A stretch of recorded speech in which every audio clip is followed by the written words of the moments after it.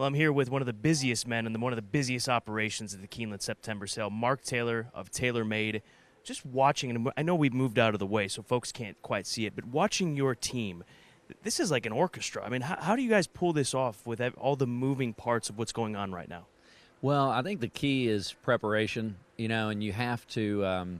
We've been doing this for a long time, and I look at people like Todd Pletcher that run a huge operation. In fact, like always at Saratoga, I go there and just watch his barn for a morning because everything's systematized and it's very process driven. Everybody knows their role. So a big part of what we do is having a big family.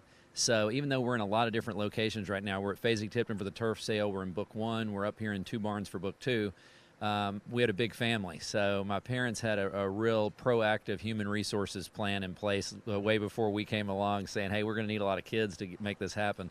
So, we got Duncan over at Fasig-Tipton. I'm up here with the Book 2 horses. My brother Frank's down there with the Book 1 horses, and all of our nieces and nephews are kind of filling in. So it's very just process-oriented, and really, once you've been doing it this long, it doesn't seem that.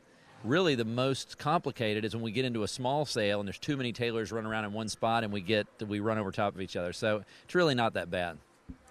Looking at the new approach for Keeneland this year with Book 1 being a short list really of the entire 2 weeks, how has that gone for you? How has that gone in getting horses presented for that and getting into that Book 1? Well, I think it's gone well so far. Keeneland has continually tweaked their format over the last 5-6 years, just tinkering with it, trying to figure out what the best format was. What we were running into a few years back when we had a 2-day Book 1 is a lot of people with real nice physicals were holding them back, and they just wanted to be in Book 2, a little safer feel. But Keeneland's done their bonus program. They've done a lot of just surrounding events that kind of create the atmosphere. And so I think they've done a good job of getting really good physicals that also have enough pedigree to warrant being in Book 1. And even though it's not a large amount of horses, I think it's a good vibe, People come down there and they know that these are really good top horses, and there's enough of them to draw people's interest. You're not going there with a tiny little book.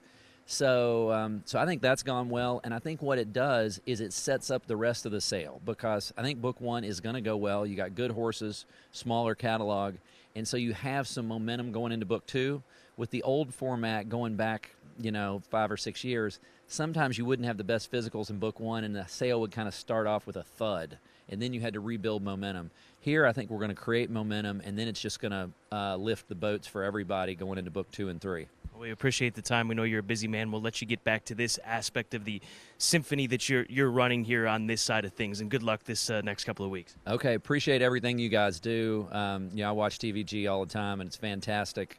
Where the sport is, thanks to you guys. I can remember 20 years ago just sitting around going, God, why can't you get any racing on TV? And now it's fantastic, and you all have pioneered a lot of that stuff, so we definitely appreciate it. Mark, you're too kind. We appreciate it. All right, thanks.